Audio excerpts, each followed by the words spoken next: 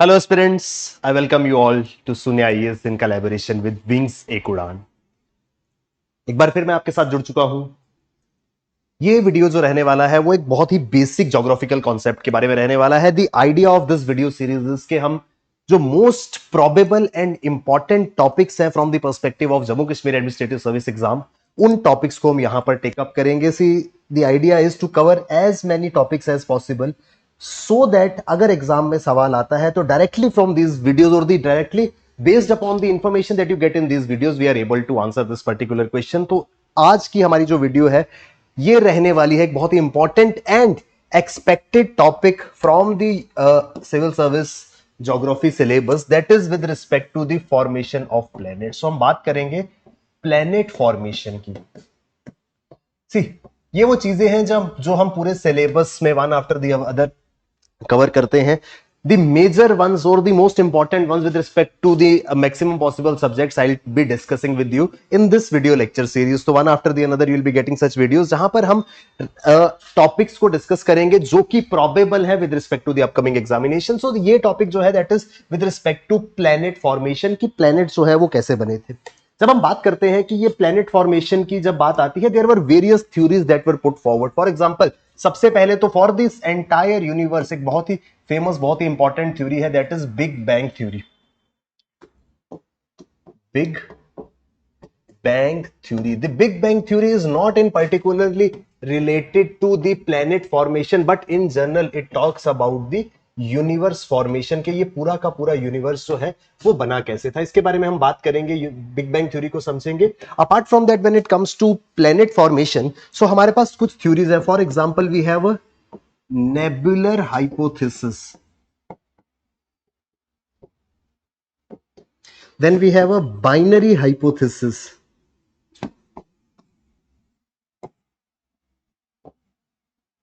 then we have something called as revised nebular hypothesis।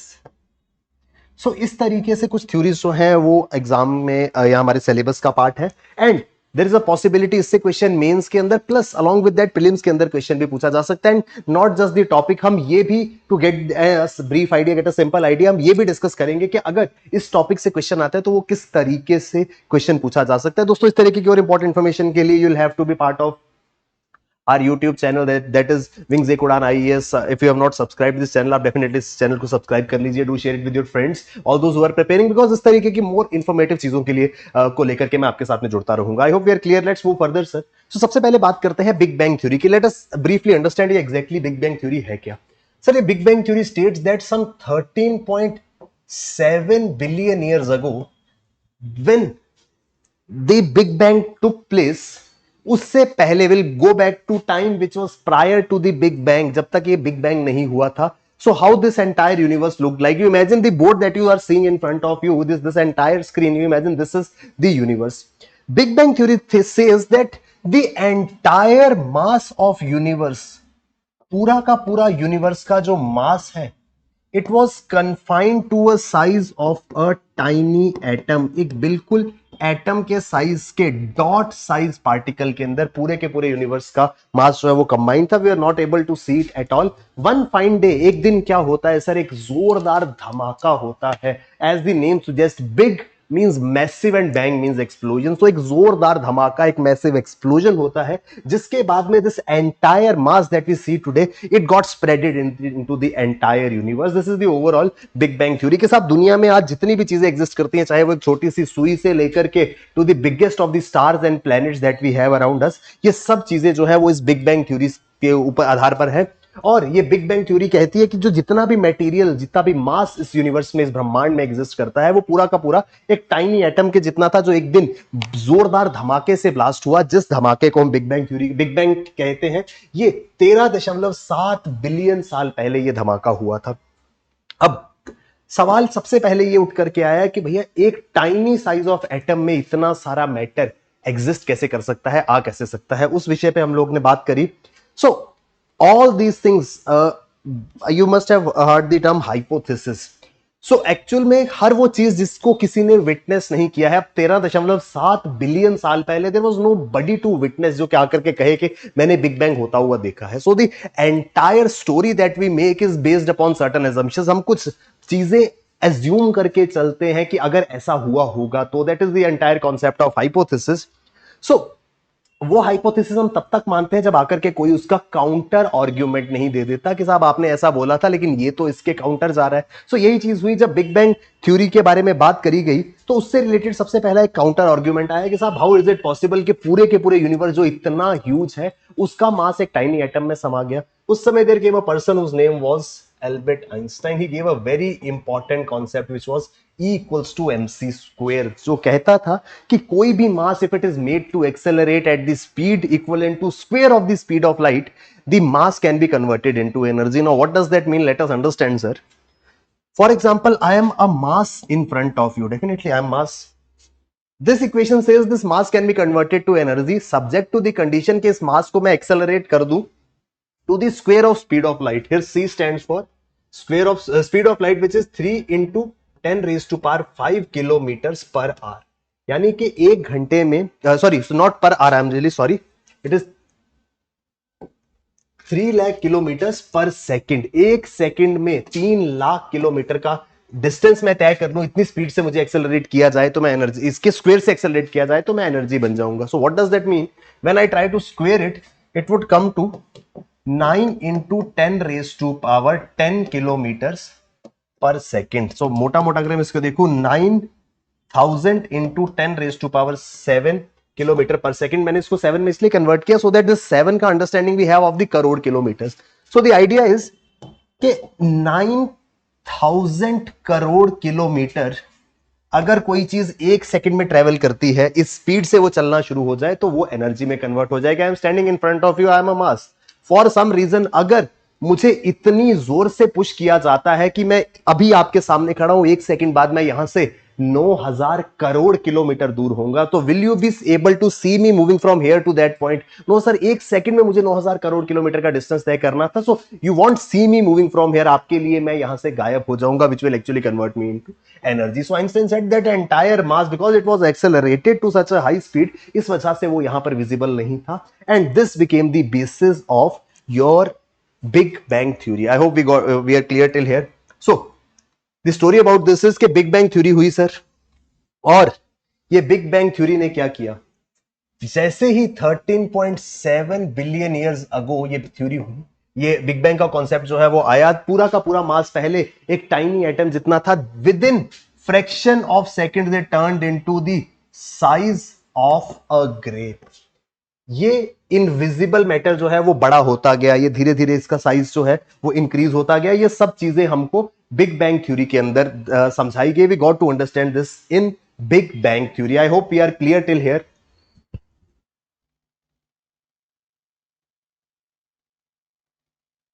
When we went on understanding it, so यहां पर हो क्या रहा था, वो टाइनी एटम साइज में बड़ा होता जा रहा था. इवेंचुअली वो एक ग्रेप के साइज का हुआ, फिर वो इंक्रीज हुआ, एंड इट इज सेड कि उसका साइज आज भी इंक्रीज हो रहा है. The universe is expanding even today, and ये वजह है कि यूनिवर्स की इस फॉर्मेशन की थ्योरी जिसको हम बिग बैंग थ्योरी कहते हैं, it is also known by another important name which is called as the expanding universe hypothesis. साहब आपका यूनिवर्स जो है वो आज भी एक्सपैंड हो रहा है. इस चीज को एक्सप्लेन करने के लिए there was an experiment which was conducted. Let us look at the experiment which was conducted. So ये एक्सपेरिमेंट जो किया गया था, दिस सेड कि यूनिवर्स जो है वो आज भी एक्सपेंड कर रहा है, and this big bang theory was propounded and this experiment was conducted by a person name as Edwin Hubble, जिनके नाम पर हबल स्पेस टेलीस्कोप के बारे में आपने सुना होगा. So Edwin Hubble conducted this experiment. He told that this entire universe is expanding today, and in order to explain that concept उन्होंने एक एक्सपेरिमेंट किया. वो एक्सपेरिमेंट कुछ इस प्रकार का दिखता था. To demonstrate the expansion of the universe, what he did was, उन्होंने एक छोटा सा बलून लिया. मान लीजिए ये एक बलून है जो अभी फुलाया नहीं गया है. उन्होंने इसके ऊपर 3 डॉट्स जो है वो ड्रॉ किए. मान लीजिए इस तरीके से 3 डॉट्स ड्रॉ किए. ही सेड कि ये बलून है, इसके ऊपर हमने 3 डॉट्स ड्रॉ कर दिए. अब the moment you start inflating this balloon, आप जैसे जैसे इस बलून को फुलाना शुरू करते हैं, व्हाट विल हैपन, ये बलून का साइज जो है वो बड़ा होता जाएगा, राइट, कुछ इस तरीके का ये बलून हो गया। एंड ये पॉइंट्स जो है वो अब एक दूसरे से दूर जा चुके थे।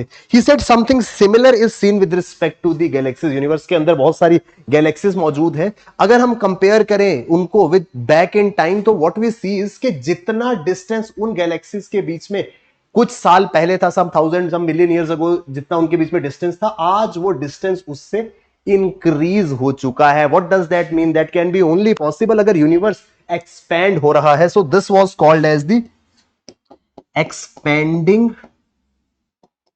यूनिवर्स हाइपोथेसिस, कि यूनिवर्स साहब आज भी एक्सपेंड कर रहे हैं। So we understand it this way कि ये expanding universe hypothesis. I hope we are clear till here.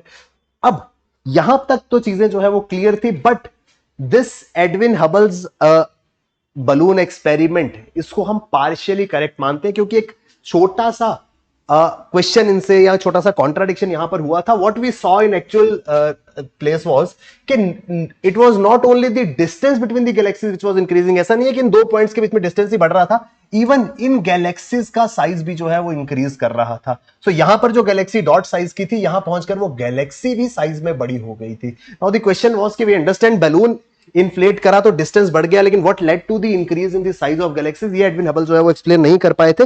But in general एक क्लियर कट आइडिया उन्होंने दे दिया था कि बिग बैंग जो है वो यूनिवर्स की एक्सपेंशन के बारे में बात करता है, जिस वजह से इस पूरी की पूरी थ्योरी को हम एक्सपेंडिंग यूनिवर्स हाइपोथेसिस के नाम से भी जानते हैं। I hope we are clear till here. तो ये थी यूनिवर्स की एक्सपेंशन की बात। Now we come to different theories जो ये बताती हैं कि प्लैनेट फॉर्मेशन कैसे हुआ। सर प्लैनेट फॉर्मेशन के लिए हमें एक चीज समझनी होगी, जब बिग बैंग हुआ उसके कुछ समय बाद 3 से 4 मिनट के बाद हमारे इस ब्रह्मांड में electrically charge particles, electron proton neutron जो है वो फ्लो करने लगे।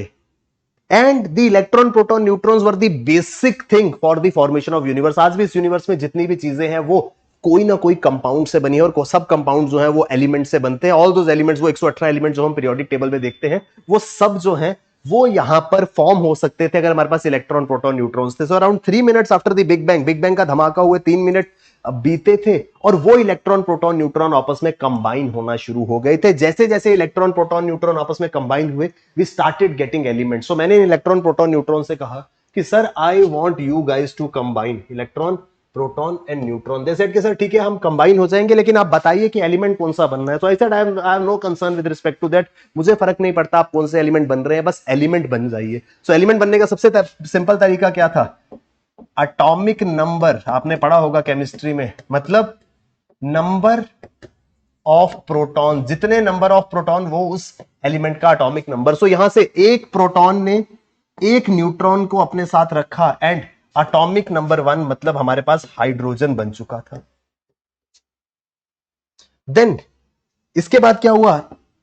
एक प्रोटॉन एक दूसरे प्रोटॉन के साथ कंबाइन हो गया। Now we had 2 protons which was atomic number 2 मतलब हीलियम। जब आप केमिस्ट्री में ये चीज पढ़ेंगे, atomic number 1 is hydrogen, hydrogen atomic number 2 helium, ऐसे पूरा का पूरा पीरियोडिक टेबल है, hydrogen, helium, lithium, beryllium, boron, carbon, neon, oxygen etcetera. से पूरी की पूरी 118 एलिमेंट्स का इस तरीके से ऑर्डर है, जो किस पे डिपेंड करता है? नंबर ऑफ प्रोटॉन्स पे। सो जब मेरे पास प्रोटॉन्स आना शुरू हो गए, now I started getting elements. And a very basic question that can be asked from here, the most basic और द मोस्ट फंडामेंटल और द मोस्ट इनिशियल 2 एलिमेंट्स और gases that came on this universe were hydrogen and helium. So big bang के 3 लाख साल लगे थे। I am sorry, शायद पीछे मैंने कहीं 3 मिनट्स मेंशन किया था। What happened at 3 minutes was कि 3 मिनट में इलेक्ट्रॉन प्रोटॉन न्यूट्रॉन आना शुरू हो गए थे, लेकिन वो अभी कंबाइन होने की स्थिति में नहीं थे क्योंकि उनका टेम्परेचर बहुत ज्यादा हाई था। So what we had to do, we had to wait. जब जैसे ये इलेक्ट्रॉन प्रोटॉन न्यूट्रॉन आया, आई वाज सो हैप्पी, मैंने बोला भैया जल्दी से कंबाइन करो, एलिमेंट बनाओ। दे सेड नो सर, हमारा टेम्परेचर बहुत हाई है, जब तक हमारा टेम्परेचर इतना नहीं हो जाता कि हम कंबाइन होना शुरू हो, तब तक हम कंबाइन नहीं होंगे। एंड वो टेम्परेचर था एटलीस्ट 10,000 डिग्री सेल्सियस। उन्होंने बोला कि साहब अभी टेम्परेचर बहुत ज्यादा है। बिग बैंग के बाद this temperature was as high as 10⁻27 degree Celsius. तो ये 10,000 डिग्री सेल्सियस पर जब टेम्परेचर पहुंचा, इतना टेम्परेचर आने में अराउंड 3 लाख साल लगे, और अब हमारे इलेक्ट्रॉन प्रोटॉन न्यूट्रॉन कंबाइन होना शुरू हुआ और मुझे 2 बेसिक गैसेस इस यूनिवर्स में मिल गई, those were hydrogen and helium. So पूरा का पूरा यूनिवर्स जो है अब हाइड्रोजन और हीलियम से भरा था, जो कि बहुत ही हाई टेम्परेचर पे थे। इवन दो बिग बैंग के टाइम पे temperature was as high as 10⁻27 degree Celsius, but eventually ये टेम्परेचर जो है it was now coming down, but 10,000 degree Celsius still is a very high temperature. So पूरे के पूरे ब्रह्मांड में मुझे दुनिया में सिर्फ और सिर्फ तीन चीजें नजर आ रही थी, वो सॉरी दो चीजें नजर आ रही थी। What were those two things? These two things were basically the gas clouds of hydrogen and helium which were at very high temperatures. So as a result of which these gases started burning around me, and what I saw was something called as nebula. Nebula क्या था? The burning gas cloud of hydrogen and helium.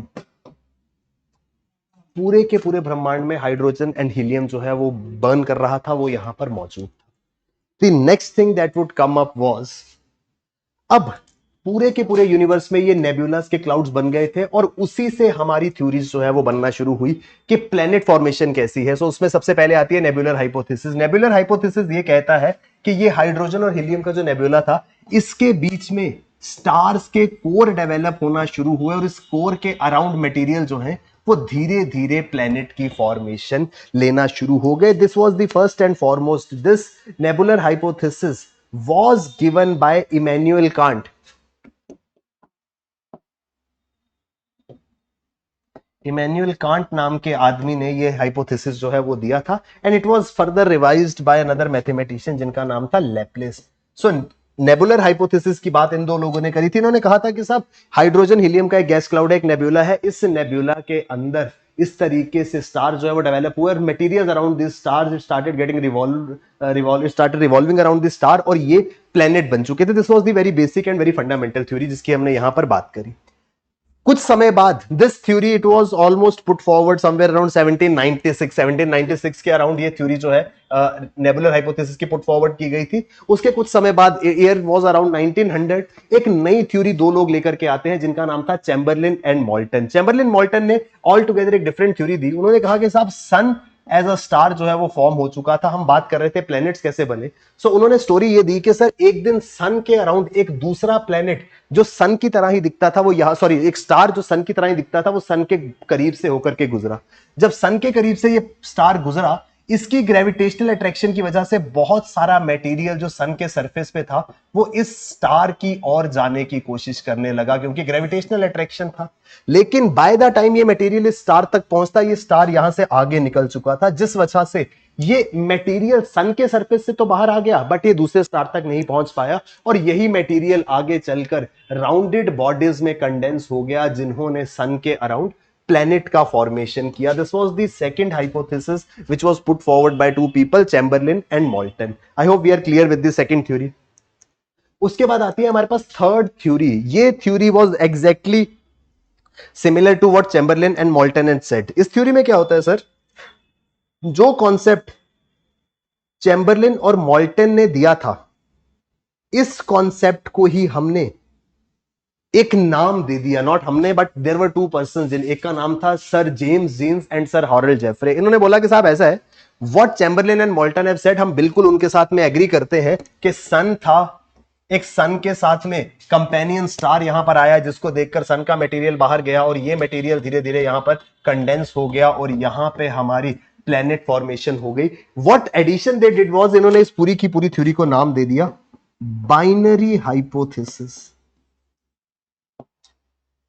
This is what they told about this binary hypothesis. So this became the third theory. Chamberlain molten की ही theory को James jeans और हॉरेल्ड Jeffrey ने revise किया, और तीसरी theory हमको binary hypothesis दे दिया। But we were not even satisfied with this, and we had to wait for another 50 years. 1950 was the year. यहां पर दो लोग निकल करके आए और उन्होंने कहा कि साहब ऐसा है, हमारे पास दो लोग थे जिनका एक का नाम था ऑटो श्विट, वो रशिया से थे, और कार्ल वेजास्कर जो थे वो जर्मनी से। इन दोनों ने मिलकर के एक थ्योरी दी कि साहब ऐसा है, हम आपको बताते हैं कि एक्चुअल में हुआ क्या था। सो दे एग्रीड और they picked up the points from the nebular hypothesis only. Nebular hypothesis ने क्या बोला था, नेबुलर हाइपोथेसिस ने बोला कि there was a nebula of hydrogen helium, इसके अंदर एक स्टार बना और स्टार के अंदर प्लेनेट फॉर्मेशन हो गया। बट व्हाट लेड अस के हमें ने नेबुलर हाइपोथेसिस को इतना सीरियसली नहीं लिया, वो रीजन था कि साहब आपने कहानी तो बता दी कि ऐसा ऐसा हुआ, हमारा कंसर्न ये है कि हुआ क्यों, व्हाट बिकेम द रीजन, कैसे हुआ। सॉरी, नेबुलर हाइपोथेसिस वो नहीं बता पाया। सो auto Schmidt and Karl Weizsacker ने हमें बोला कि हम आपको बताते हैं ये प्लेनेट फॉर्मेशन हुआ कैसे। उन्होंने कहा कि साहब एक बड़ा सा नेबुला था, इसके अंदर में मान लीजिए सन जो है वो बन चुका था। अब इस बिकॉज ये सन एक कोर था, central high density central body थी, तो इसका कुछ मास होगा, काफी डेंसली पैक्ड मास होगा, जिस वजह से इसके अंदर ग्रेविटेशनल अट्रैक्शन था। And as a result of which इसके अराउंड जो मटेरियल था वो इस मास के इर्द गिर्द घूमना शुरू हो गया। घूमते घूमते क्या हुआ, मटेरियल एक दूसरे से टकराते थे और ये सारा का सारा मटेरियल छोटे छोटे राउंडेड ऑब्जेक्ट्स में बदल गया, जिनको हमने नाम दिया क्या, नॉट प्लेनेट बट प्लेनेटेसिमल। उन्होंने बोला कि साहब सारे के सारे जो मटेरियल सन के अराउंड घूम रहा था उसको छोटे छोटे बॉडीज, राउंडेड बॉडीज का उन्होंने शेप लिया और ये प्लेनेटेसिमल्स मिले। और धीरे धीरे ये प्लेनेटेसिमल्स आपस में टकराते चले गए और इनका साइज जो है वो बड़ा होता चला गया, like this. And now these bodies were called as planet. So वो जो एक स्टेप मिसिंग था नेबुलर हाइपोथेसिस में, वो ऑटो श्मिट और कार्ल वेजास्कर ने फुलफिल कर दिया। इस वजह से इसको रिवाइज नेबुलर हाइपोथेसिस के नाम से भी जाना जाता था। सो ये कुछ इंपॉर्टेंट थ्योरीज हैं जो हमारे सामने पुट फॉरवर्ड की गई थी with respect to planet formation. I hope हमें चीजें जो है वो याद रहेंगी। इस तरीके से एक टॉपिक को हमने डिस्कस किया है। Now will have a look at the type of a question जो हमसे पूछा जा सकता है। सब the question says nebular hypothesis was given by Taylor। नहीं सर, हमने in the very beginning only I made you right, not exactly right, but I told you this very thing कि साहब nebular hypothesis किसने दिया था, Immanuel Kant and इसको revise किया था लैपलेस ने। सो फर्स्ट स्टेटमेंट तो डेफिनेटली इनकरेक्ट है, one is incorrect. Nebular hypothesis suggested that solar system is formed from gases and dust orbiting the sun which clump together to form the planets। वही जो hydrogen helium की majorly हमने बात करी कि पूरा का पूरा यूनिवर्स जो है वो हाइड्रोजन हीलियम से बना था, उसके अंदर मटेरियल डेंस होते गए और स्टार्स बने, स्टार्स के अराउंड मटेरियल रिवॉल्व कर रहे थे जो प्लैनेट्स बने। सो definitely second statement is correct. Then it said Big Bang theory is also called as contracting universe hypothesis। Sir, now this becomes very basic। Contract नहीं हो रहा यूनिवर्स तो expand हो रहा था, it was the expanding universe hypothesis। So third statement also is incorrect। Then according to Big Bang theory the universe began as a single point and then expanded rapidly in the process known as cosmic inflation। के इस universe का, इस ब्रह्मांड का inflation हो रहा था, expand कर रहा था। वही तो हमने बात करी कि साहब स्टार्टिंग में एक टाइनी एटम था जो शायद दिखाई भी नहीं देता था, धीरे धीरे वो एक अंगूर के दाने जितना बड़ा हुआ, फिर वो बड़ा होता चला गया और आज ये सिर्फ यूनिवर्स का ऑब्जर्वेबल पार्ट ही 9.3 बिलियन लाइट ईयर जितना बड़ा है। I hope we are clear till here कि कितना बड़ा है universe. So definitely second and fourth statement are correct, first and third statement is incorrect. So when it comes to how many statements are correct, so we need to remember के साहब दो statement जो है वो correct है। So B has to be the correct answer. See exam के अंदर there is a possibility कि ऑप्शन दोनों तरीके से है। For example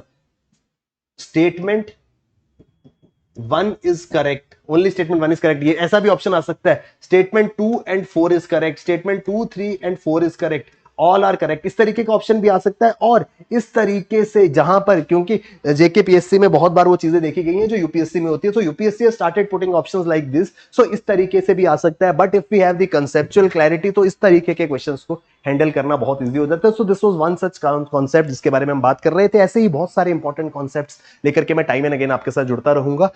and most importantly sir, इन्हीं लाइंस पर आपको पूरा का पूरा जेकेएस प्रीलिम्स का प्रिपरेशन कराया जाएगा इन दिस कॉम्बो कोर्स जो शून्य IAS in collaboration with wings एक उड़ान आपको प्रोवाइड करा रहा है। इसके बारे में मैंने पहले भी बात करी है कि आपको पूरा का पूरा syllabus in the form of a video course दिया जाएगा। Then will be giving you CSAT का वीडियो कोर्स, रिवीजन नोट, जो वीडियोस आप देखेंगे इन 200 आवर्स ऑफ वीडियोस का स्टैटिक नोट्स आपको in the form of PDFs मिलेंगे। और पूरा का पूरा जो सिलेबस है वो थ्रू 3000 एमसीक्यूज, इसी टाइप के क्वेश्चन जैसा मैंने आपके साथ डिस्कस किया, इस तरीके के क्वेश्चंस के बेस पे हम आपके साथ में जो है पूरा का पूरा सिलेबस डिस्कस करेंगे।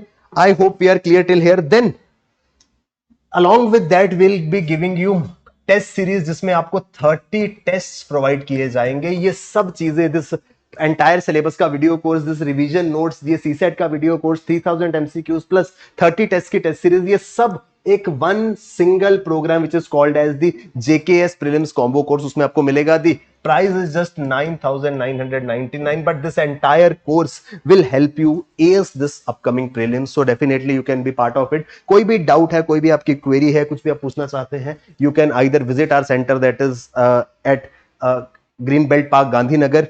आप कांटेक्ट कर सकते हैं हमें, और इस वीडियो के डिस्क्रिप्शन में आपको हमारे फॉर्म लिंक्स मिल जाएंगे for any sort of mentorship, for any sort of help with respect to the JKS upcoming JKS prelims और in general about civil service preparation, you can definitely contact us. So that's all from my side in this video. Will be meeting again ऐसे और important videos के साथ मैं आपके साथ जुड़ता रहूंगा। Thank you very much, all the best, keep working hard, bye bye, take care, Jai Hind.